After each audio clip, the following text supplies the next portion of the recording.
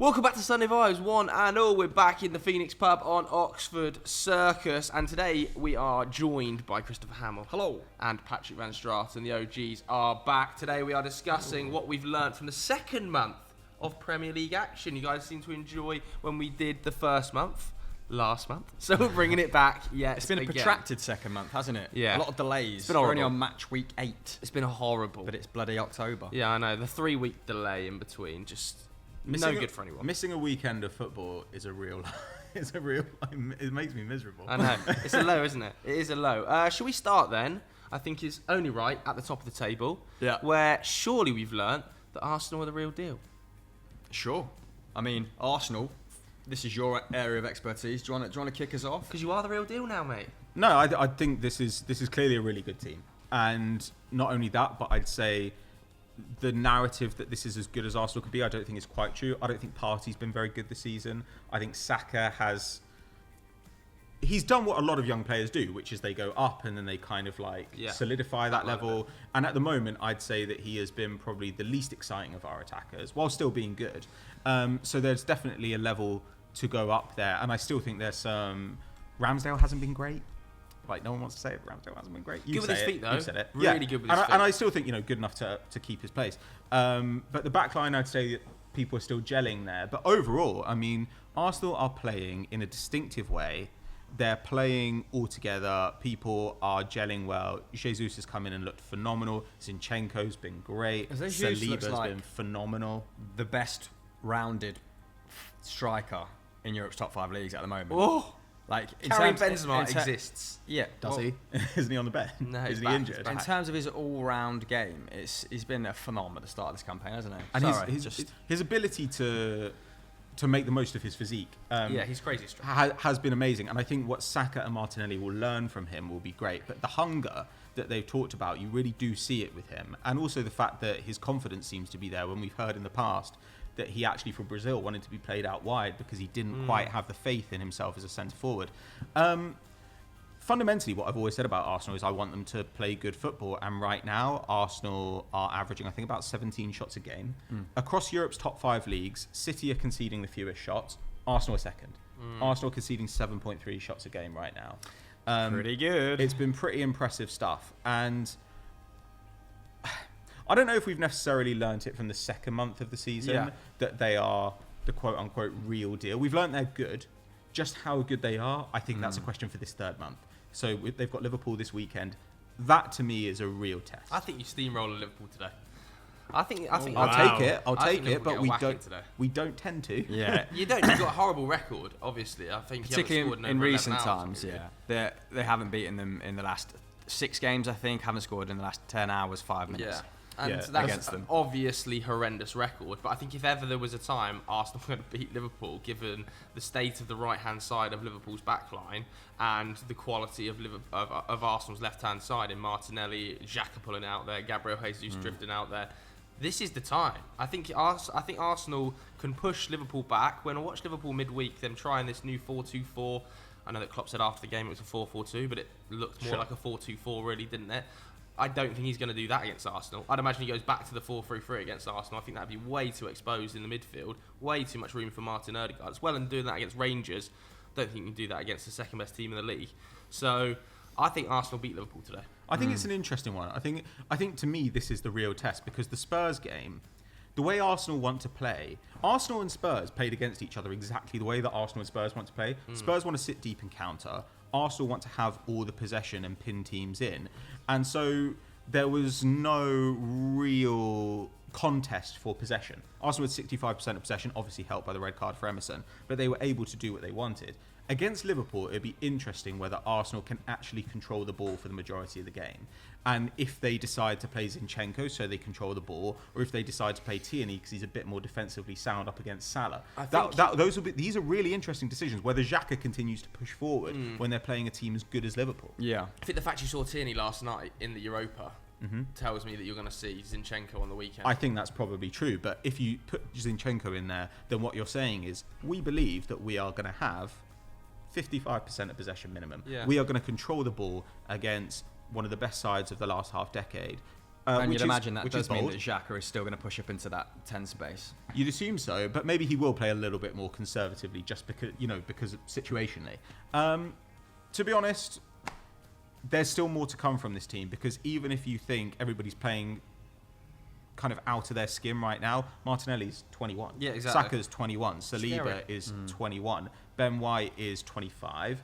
I think Gabriel is 24. Like, you've got a lot of guys here who have places to go. And then you've got people coming in like Fabio Vieira, who you'd expect to make an impact going forward. And Nketiah, who I think has been brilliant when excellent in his cameos this season. So fundamentally, Arsenal right now are doing what I wanted them to do, which is they're playing distinctive, entertaining football. And how good we can be remains to be seen. I still think kind of the par for Arsenal this season should be third place. I think below that, I think below that would feel a little bit of a failure. Above that would feel like a bonus. So yeah, I agree.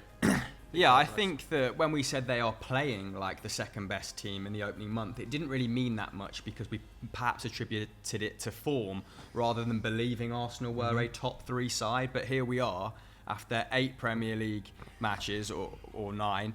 And Arsenal have only made, I think, a better start to a Premier League campaign twice in their history.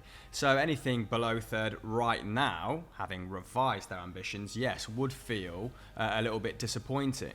But I do think Liverpool, this is the best litmus test they've had so far. Obviously lost against Manchester United, but in that game, still generated more shots, dominated possession, got sucker punched. Maybe playing a little bit of a naive, deserved brand of to get football. sucker punched. Yeah, they would have learned valuable lessons from that. Let's see if they can implement it against Liverpool. Perhaps still showed shades of it against Tottenham. But Tottenham felt just one pass away, didn't they? A few times. Several times. But also in the last 20 minutes, Tottenham brought on a plethora of defenders and accepted a 3-1 defeat in a North London derby. They were down to 10 men though, and 3-1 down. No, but by the end, it was a humiliation. However, like I said, Liverpool are going to be a great litmus test, because just to touch upon a stat we brought forward earlier, they've lost 6 of the last 7 against Liverpool. Liverpool are in poor form, but I feel with Liverpool they might turn it on their head at any given moment at the start of the season. I'm certainly not putting Arsenal forward as convincing victors. No, I'm going to go 3-1 Arsenal today. Interesting. Same again. Anybody else going to willing to put the neck on the line? I think it's 2-2. Like Desmond. I think that with Liverpool, Arsenal going toe to toe with them and playing at their level would be an improvement. Let's be honest. Like, it's not just that Arsenal have lost 6 of the last 7. They have never, like, we lost to City last season 2-1 at home, but we were the better side in that game. I thought we were better for the vast majority of the match, and we should have got something out of it. Whereas we have never once played up to the level of Liverpool since we drew 3-3 with them, however long ago, under Wenger. So it would be nice to just see us go toe-to-toe with them. And if you end up losing, if you end up winning, obviously a loss would be disappointing. But the important thing is to show we can compete with the best sides. Because if you can play against Liverpool and really give them a good go, then what you're saying is this is a team that's good enough, if it qualifies for the Champions League, to kind of aim for, say, the quarterfinals or something, the semis. Definitely. Like that's exciting stuff. So you're going 2-2. What do you think? Yeah, I was tempted by a draw as well, actually. Maybe I'll be a little bit more conservative and go 1-1.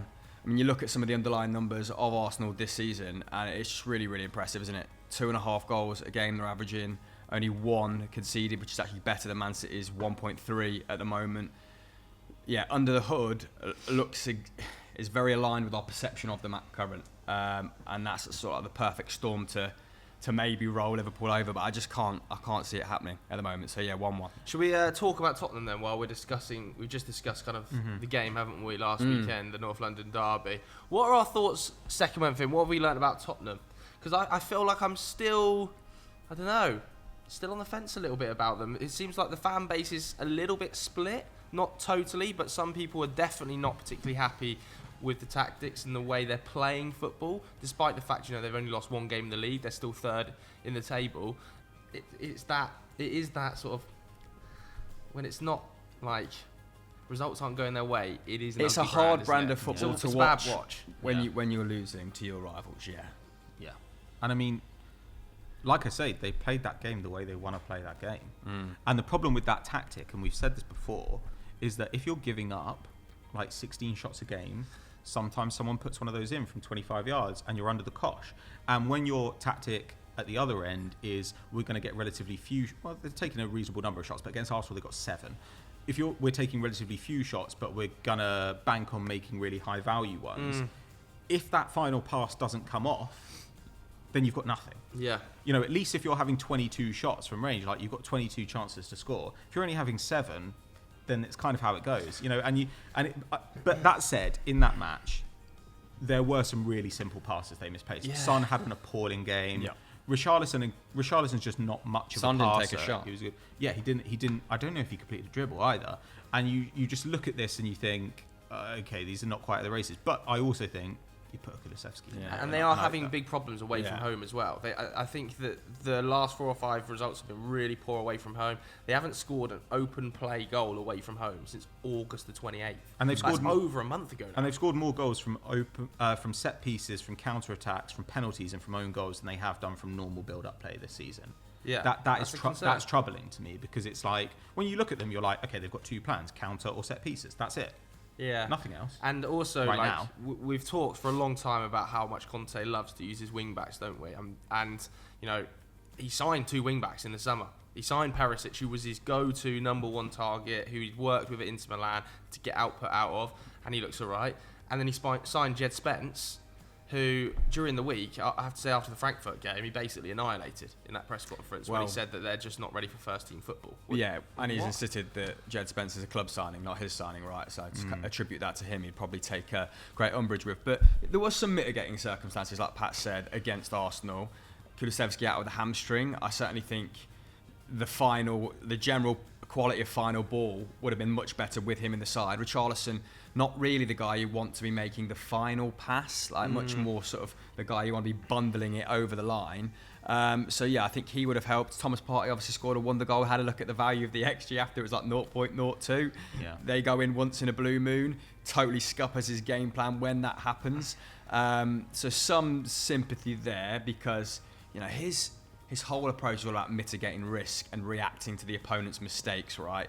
But they were just so deep that even when Arsenal did make a mistake, there was so much pitch left for them to cover. It was unreal. I think 8 of the 10 outfield players of Arsenal, their average position was inside the Spurs half. So their game plan against elite, ball-dominant sides, I feel, needs to change. Like, they might be able to rip up the mid-table, the chasing pack on the counter, but against Man City, Arsenal now, maybe Liverpool if they improve, Brighton. Other teams of that It's a big test ilk. this weekend, though. Brighton's a big test going away to Brighton. Well, yeah, with Man their City current away light, record. isn't it? So, like, let's see how they do, but they do need some more strings to their bow. And maybe they get that if they bring in a Adama Traore at right back, or if they bring in a deep-lying playmaker, or a fucking number 10. Like, there are options there. Play like, Jed Spence. Yeah, at this point, or play Perisic on the right. Like, at this point, you're kind of like, the Emerson thing isn't working. Emerson's now out with the red card. Try something. Like, let's see what can happen here, because like, it's not like Conte doesn't have a track record of turning like random guys into amazing like wing backs. Yeah. My issue is with this game, I think we could have learnt more. If Arsenal had gone 2-1 up and then you hadn't had just under 15 minutes later Emerson got sent off, it would have been interesting to see whether Spurs could have ratcheted up the pressure over the last half hour.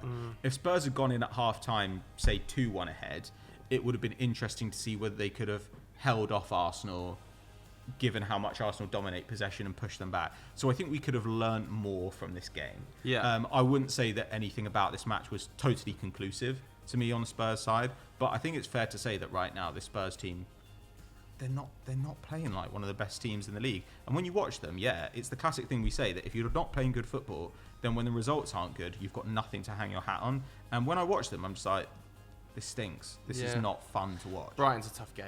Let's get down to the other end of the table then, because we've had our 3rd sacking of the season already, but it has happened in this last month, Parks, so we should really talk Toots. about him. And now Big Bruno Lage out the door at Wolves. 15 months, 46 games, mate. Just 16 victories, and how many goals? 41. 41. Do we think it was a fair Major sacking? Z's.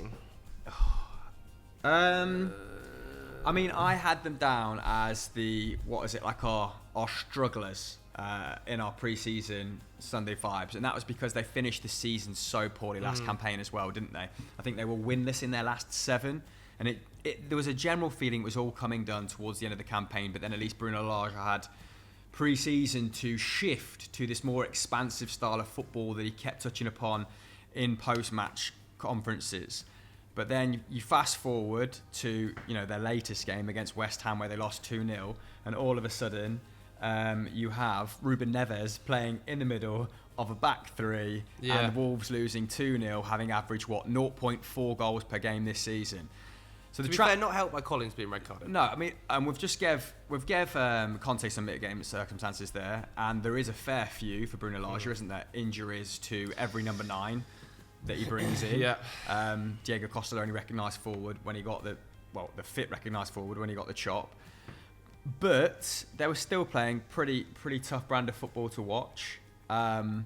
He'd sort of moved on a lot of the old guard, a lot of Nuno acolytes, let's say. Cody let Saiss go. Willy Bolly went to Nottingham Forest, so lost a lot of personality, a lot of leadership in the changing room. It was a gamble, wasn't it? Spending £122 million in the summer as well, bringing in a bunch of new players, so a lot of moving parts, trying to change system, and it just didn't come together for him, but not unforeseeable. No, I had in my pre-season predictions Bruno being the first man sacked. I think he's done well to last this long, given some of the circumstances he's been involved with. Like having Kaladzic snap his ACL first game of the season, your £20 million striker recruit is an absolute disaster, isn't it? Really, when Wolves have got no depth up front as it is. But they have got good wide forwards. Like it's not like but they're all underperforming. Neto's been poor this season. Yeah, he has been poor. But if one or two of your wide forwards are underperforming, that's one thing. If they're all underperforming, you start to say is this a managerial issue? Yeah. Like you do look at that squad and you're like, they should be better than this. And last season, their underlying numbers kind of were mid-table, like about 13th. But they also kind of got lucky on the defensive end because obviously Jose Sa had an incredible season. Attack-wise, last season, second worst team in the league. This season, second worst team in the league by XG, and by actual goals, the worst team in the league. 3 goals scored. So it's just rough stuff. And I mean, in a way, it doesn't surprise me because it kind of reminds me of a pound shop version of when Chelsea said we're going to stop being a defensive side, and they got in Maurizio Sarri, and it was a really tough time as he tried to change the character of the club. But if I was maybe not a super attacking coach, but like a middling guy, like I think Marcelino, someone like that. You like Marcelino? I would look at this team and I think I can do something here. I can play Guedes up front with one of my centre forwards. I've got Podence and Neto on the wings, or I can play Neto up front and play Guedes on the wings. I've got really decent midfielders. I've actually got some pretty interesting fullback talent as well. There's a team to be made here. Like there's a solid 11 to be had out of this side, but they've just got to find a way to maximise it. And for far too long, it's basically been like, is Jimenez playing? If he isn't, don't worry. Yeah. One win in 15 games though in the Premier League is just, I think that's terminal. Yeah, expected points has them around 12. So maybe performance-wise, not had the rub of the green, but in terms of like long-term vision, it didn't feel like they were moving towards anything like more tangible form of success. Just trying several different systems. It just felt a bit higgledy-piggledy towards the end, didn't it? But I mean, the shortlist of managers that the media have comprised already would suggest they're going to go for someone a little bit more pragmatic, maybe more in line with Nuno's Lopetegui style of play, the previous regime, maybe the best to move on to someone like Julen Lopetegui, who of course was linked with the job in 2016. I didn't know this prior to doing some research, but ended up taking the Spain job. Of course, had a pretty good time of it with Sevilla. 3 top 4 finishes in his 4 years there. Europa League in 2020. I think he beat Nuno's Wolves on the way to that trophy in that competition. So it's probably left an impression at Fosun. I think he would be good. Like he would suit the conservative style of play that they had under Nuno Espirito Santo. There's some other interesting names on the list as well. Apparently Steve Cooper's very well thought of in the boardroom. Mine's is Bo Svensson, who was a candidate to replace Graham Potter before De Zerbi got the job at Brighton. Maybe he's a little bit more expansive. Maybe that would be a harder shift philosophy-wise. But I feel like Wolves, if they landed Lopetegui, would be failing upwards in this situation. And I think he would be able to galvanise this very good group of players and probably finish the lower end of mid-table. He's got the George Mendes link as well, which is absolutely crucial, isn't it? The kingmaker at Wolves, yeah. All right, whilst we're on the topic of managers, we've got to talk about Steve Cooper, I think, and the learnings we've had over the last month at Nottingham Forest. It seems like he signed a new contract to 2025. Mad. They signed 22 new players, and I would have said previous to this that the 22 new players are going to cost Steve Cooper his job as the learning. But is that the case if he signed a new contract to 2025? Firstly, I'm glad to see that he signed a new contract. I think he should be given more time to make it work. I don't think the solution to a vast amount of change is more change at this point, particularly if we rate Steve Cooper and the job he's done. Which we do. His prior clubs. Exactly. What do you think about that? Who does a better job than him at this point? Well, potentially a lot of people. But I think that given the commitment that you've made, I agree. I think the only sensible thing is to stick with him and say, we are building towards something here, and if we get relegated, we're going to have a good enough squad and a good enough manager that we can hope to come back up. It's the only thing that really makes sense. I actually think this says a lot of good stuff about the Forest board. This suggests that they do actually have a plan for how this is all going to work. They were expecting there to be some rough times, and also that they're taking into account how things are going to play with the fans. So I always kind of feel with this stuff, like if you are going to get relegated, you might as well get relegated with a sense of togetherness and with the kind of family atmosphere of the club intact. Yeah. The thing that Forest have done beyond anything else this season that nobody can quibble with is the kind of party atmosphere that they've created, the sense of excitement they've created at having Premier League football back. Yeah. So if this continues that, then I think that's kind of good enough for now. And to be honest with you, this season might actually work to their advantage. You know, if he can get till Christmas and they're within touching distance of being out of the relegation zone, then he's going to have the whole of the Christmas break to really think about what he does with this team. And then, while other teams might be scrambling for signings in January, Forest won't necessarily have to. They can work with guys who've already been there for a few months. So from that point of view, I think it all makes a lot of sense. Do I think that someone like Benitez has more authority, you know, and a bit more experience? Sure. But given the decisions they've made, I think this is by far the only kind of joined up way that they could operate. And I think Steve Cooper deserves to take them down if that's what happens. Yeah, It's a big decision. They're clearly looking to support him as well, the board, aren't they? They've brought in Filippo Giraldi From Watford, from who has a Watford. history Doesn't of... seem like the most supportive decision. Yeah, Does it? It's like, let's bring the guy from Watford. whose actual like ethos he gave an interview to The Athletic last season, and it was like my job here is not to support the manager, it's to execute the overall vision of the club. Like Which means, from Watford's perspective... No, he's a club man, but he's someone that brings a lot of experience to the fore, isn't he? Like at a club that straddles between Championship, Premier League. He's clearly got a decent eye for talent. I think while he was at Watford, he brought in João Pedro, Decore, Etienne Capoue, a few other names. So it looks like, they want to upgrade things behind the scenes. Slow progress, which I think is the right call. Yeah. And Steve Cooper, like massive match against Aston Villa tomorrow. I know. Well, we thought it was. would have been. We thought it was going to be really high stakes. Obviously, they've committed to Cooper. Could be for Gerrard. Could be. The 345 yard. Treacherous for Gerrard if he loses. But if they're still playing like this at Christmas, I think they'd be well within the means to, well within the rights to sack him. Sorry. But, like the latest game against Leicester, losing 4-0, Midlands derby, there was a lot of hoi polloi after. But actually had it pretty close. I mean, they still generated a decent amount of chances in that game. It's not like they were completely out of it.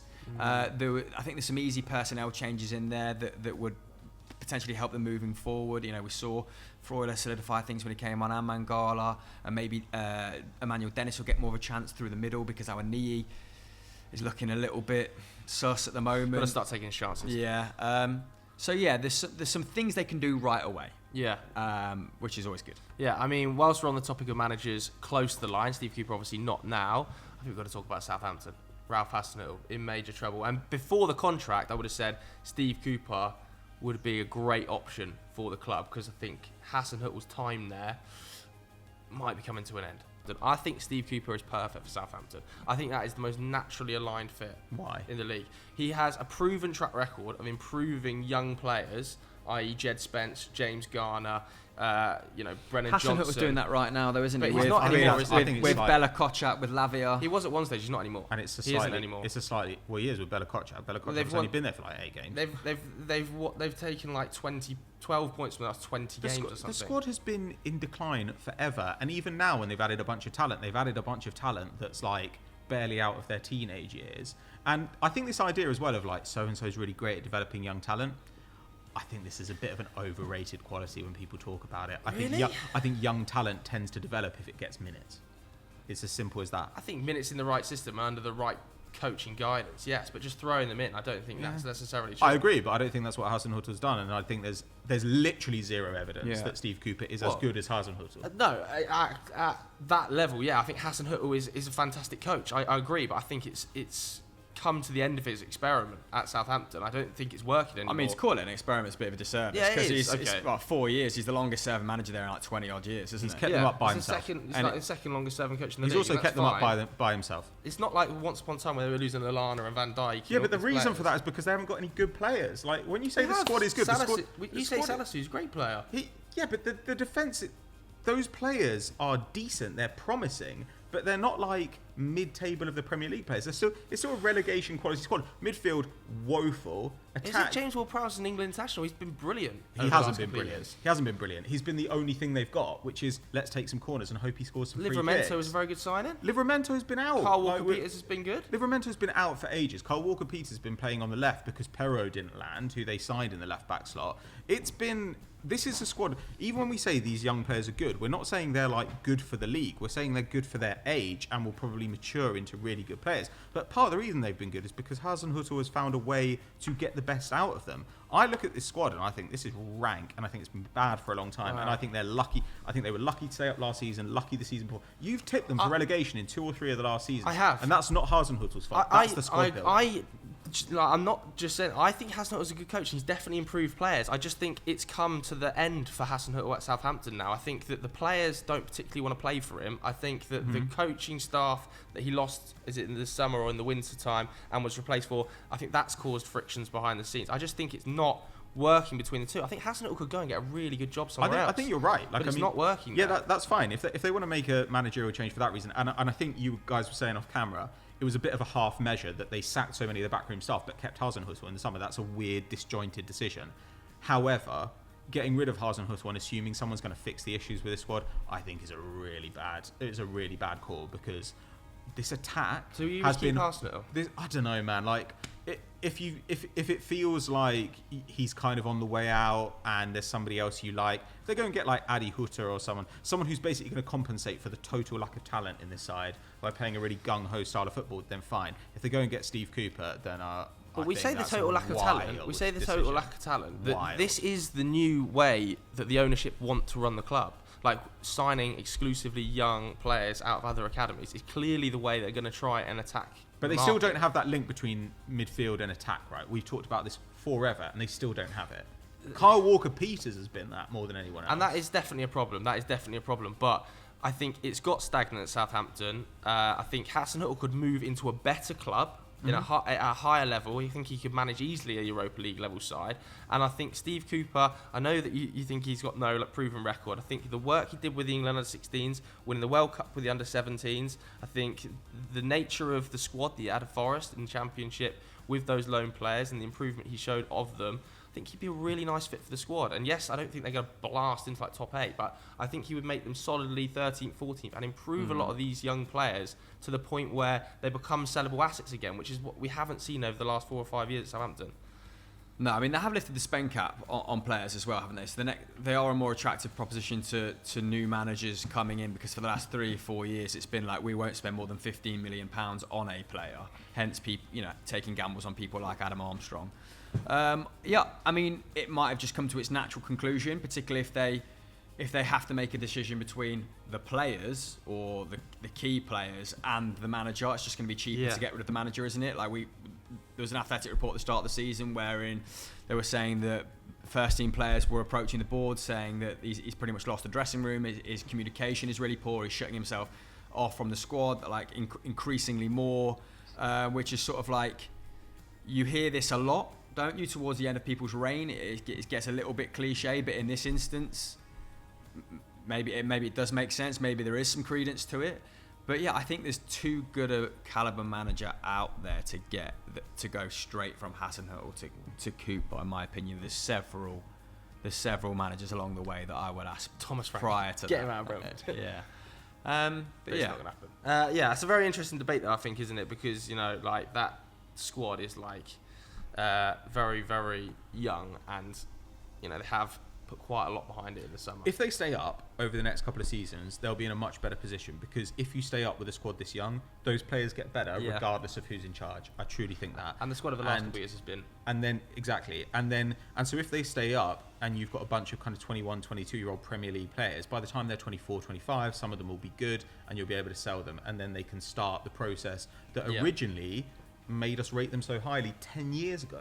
Yeah. So, I mean, they do need to look at the spine of the squad, right? Like Gavin Bazunu, really, really young. Salisu, Kochap, Bella Kochap, Lavia. Just straight through the middle there, Lavia, and then Che Adams, Adam Armstrong, whoever up top. Like they need to invest in a forward, but that's easier said than done at the price point they shop at, right? They need to invest quite a lot. Let's jump up to the other end of the Premier League table, though, because I've got written down here, Jadon Sancho is in a hole learning. Don't want to go over Liverpool? Oh, we can do. I felt like we touched on Liverpool quite a lot earlier, but we can go back there if you want to. No, fair. I mean, when I started this in the WhatsApp group, Pat obviously said that one of his learnings was that Liverpool might take a little bit longer to rebuild than people anticipated, which I thought was an interesting point, because I think, and I said it earlier against Arsenal, there is the impression they can bounce back from their current spate of form, but also things that need to be addressed for the medium to long term, isn't there? Well, in the summer, I think on this show, I said I could see them going to 4-2-3-1, and I think people were kind of against it at the time. But I do think the idea that they were always going to play the way that they've played for the last few years, that's starting to dissipate, right? Like Klopp himself seems extremely open to changing the way that he's doing things. Well, he said several times, hasn't he? We need to reinvent ourselves, which is pretty bold.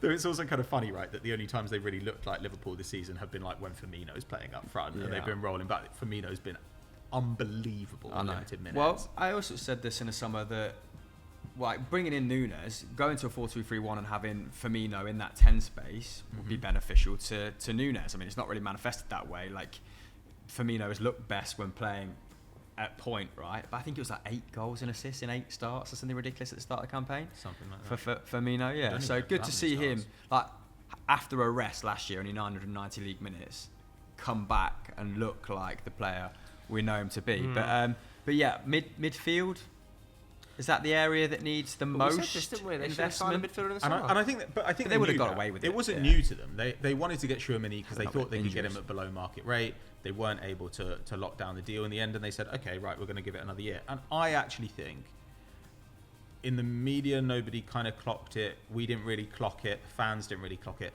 But I think behind the scenes at Liverpool, they probably knew this season could be fine if our midfielders hold on another year. But if we get key injuries or if somebody goes downhill a little bit more, this could be a rough one for us. They still think we can make top 4 or whatever.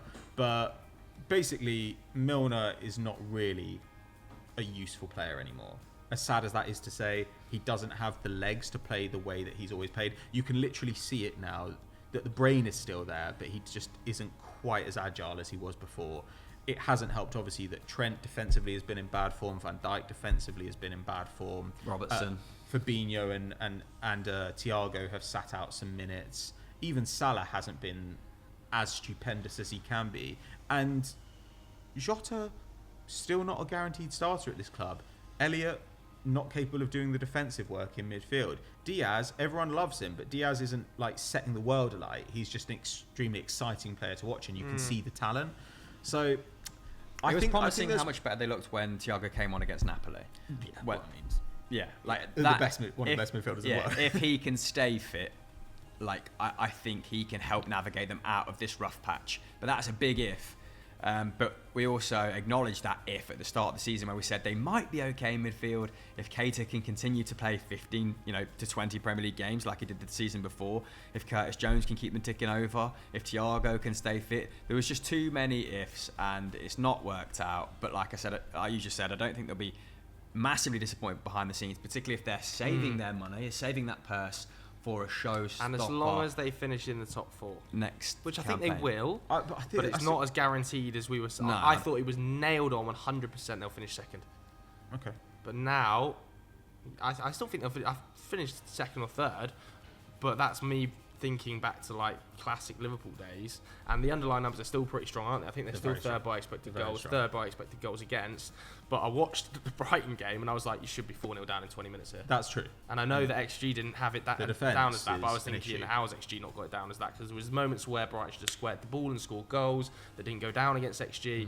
Classic Brighton. It was a problem. They should have been 4-0 down in 20 minutes there. If they do that against Arsenal at the weekend, they're going to get blitzed. And the Napoli game was, Napoli... That was Klopp's worst ever Liverpool performance. But Napoli are for real. Like, Napoli absolutely demolished Ajax away at the weekend, which pretty much no one does. Spalletti was available, by the way. Like two campaigns no one wanted him. I remember we tipped him for Spurs, we tipped him for Arsenal.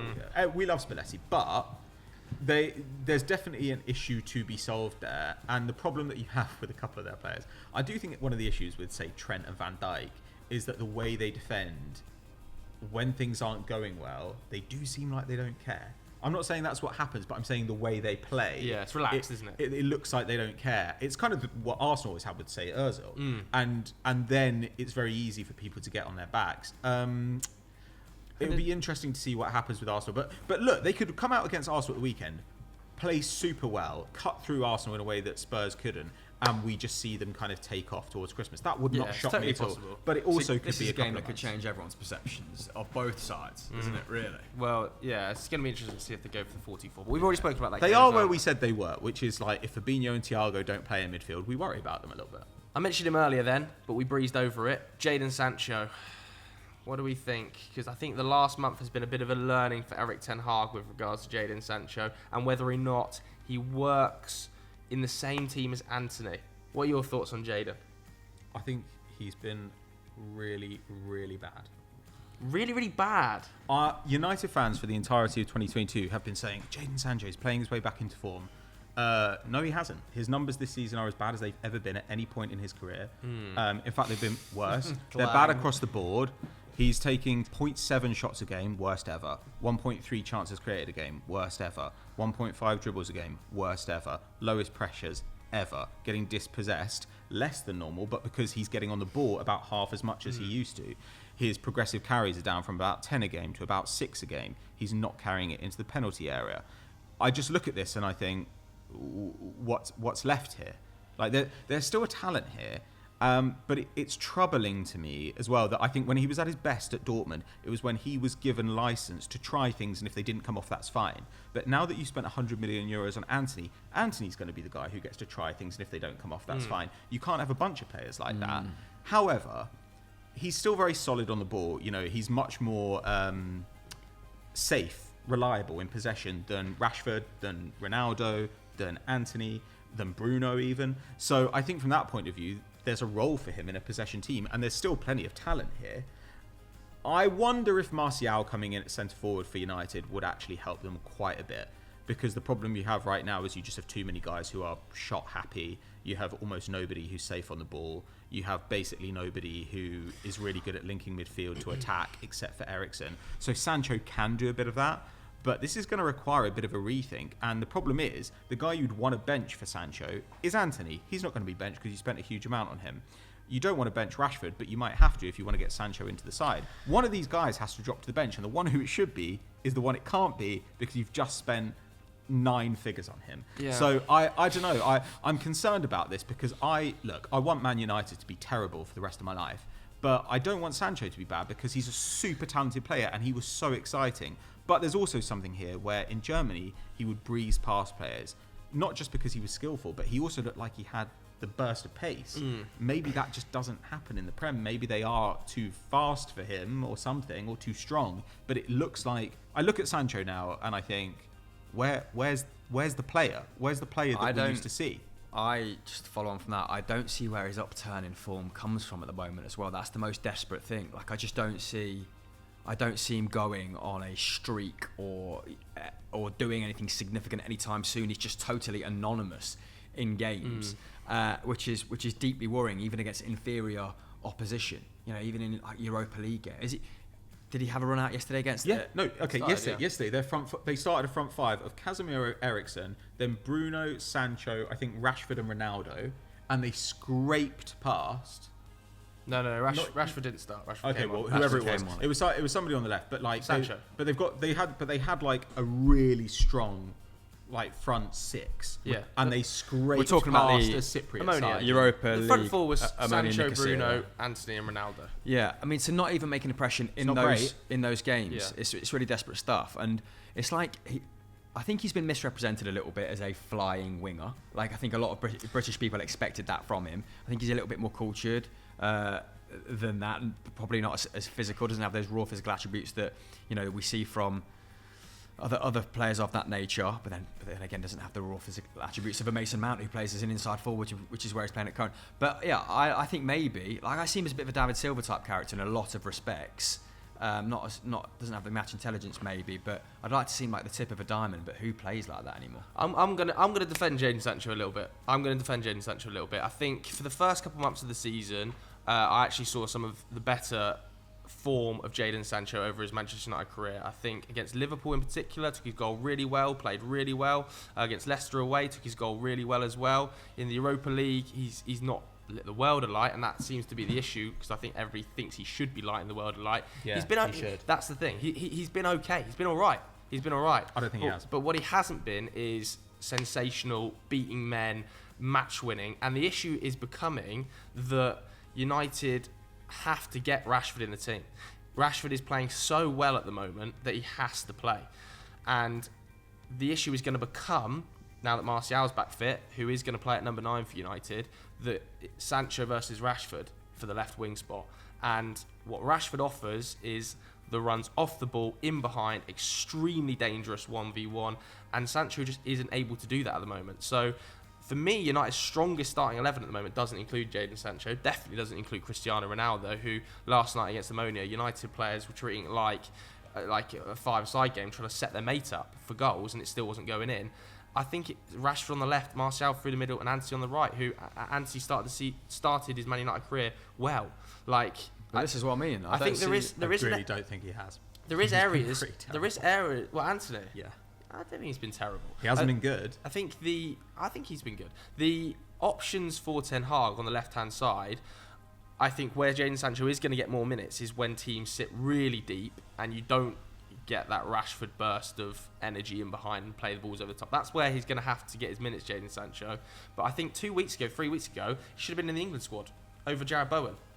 So I think to say that he's been awful this season is maybe a stretch too far. He's just been all right, and people expect more of him. He's at 0.3 XG per 90. I'm sorry, that is awful. Saka's at 0.39 or something, isn't he? Yeah, 0.4 is quite a big difference, but like at least Saka's doing a lot more dribbling. He's doing a lot more progressive carry. He's doing twice as much progressive Saka's a better player than him, though. But I'm saying Saka isn't even in particularly great form either. But Saka also adds versatility and a much greater work rate. And I also want to point out that Man United is a black hole for talent. Nobody goes to United and improves. Over the years, I can't remember the last player that went to Manchester United and got better. But that's all we're saying. We're not saying Sancho's not talented. We're not saying Sancho's not going to be a good player. No, we're saying he's bad. No, we're saying he's playing badly currently at United. And I don't see him improving at United because nobody improves at United. If he was playing for Man City, I think he'd be a really good player. Because he's more in the Grealish mold. I was literally just about to say that. They're my next 2 points. The cruel thing is, I could see him excelling at a team like City, even playing as that third guy in the 3 that Grealish sometimes does when they still want to play like a left winger, or where like Bernardo Silva sometimes plays. But like Manchester United are transitioning. They're already going back to the Ole Gunnar Solskjaer route of like playing teams on the counter, aren't they? And it just doesn't feel like at Premier League level he is a significant threat when playing fast counter-attacking football, which we thought he would be, or he'd be able to do coming from Dortmund. I still think he's going to come good. I still think he's going to come good, and I do think there's a good player in it. And I don't think he's been awful this season. He's just been all right. I think he's been the worst this season that we've ever seen him. but I'm not saying I think it's entirely his fault.